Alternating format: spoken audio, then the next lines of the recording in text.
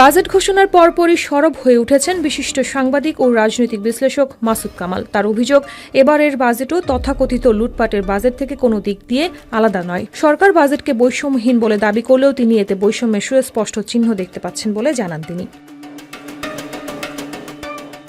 মাসুদ কামাল দাবি করেন, আওয়ামী লীগের আমলের বাজেটগুলোকে সালাউদ্দিন ও আহসান এইচ মনসুরের মতো অনেক অর্থনীতিবিদ লুটপাটের বাজেট আখ্যা দিয়েছিলেন। তবে এবারের বাজেটেও গাণিতিক কিছু পরিবর্তন ছাড়া কাঠামোগত কোনো ভিন্নতা নেই।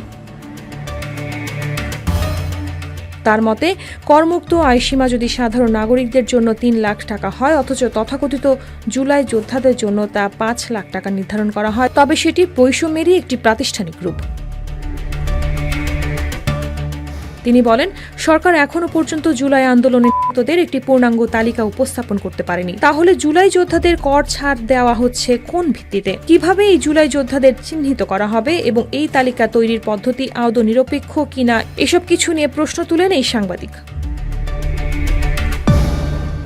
মাসুদ কামাল আরও প্রশ্ন তুলেন, জুলাইয়ের আন্দোলনে যেহেতু বহু সাধারণ মানুষ এমনকি শিশু ও গৃহিণীরাও অংশ নিয়েছিলেন, তবে সবাইকে কি এই সুবিধার আওতায় আনতে হবে, নাকি মুক্তিযোদ্ধাদের তালিকার মতো এখানেও একটি রাজনৈতিক সুবিধা আদায়ের পথ তৈরি হচ্ছে? তিনি বাজেটের অন্যতম অংশ কালো টাকা সাদা করার সুযোগ নিয়েও প্রশ্ন তোলেন। তার মতে, পূর্বের সরকারগুলোর আমলে যেভাবে কালো টাকাকে বৈধ করার প্রক্রিয়া নিয়ে সমালোচনা হতো, এবারের বাজেটেও সেই ধারা অব্যাহত রয়েছে। মাসুদ কামাল ইঙ্গিত করেন, কালো টাকা বৈধ করার এই সুযোগ আসলে কিছু রাজনৈতিক এপিএস এবং উপদেষ্টাদের অঘোষিত অর্থকে বৈধ করার একটি কৌশল হতে পারে।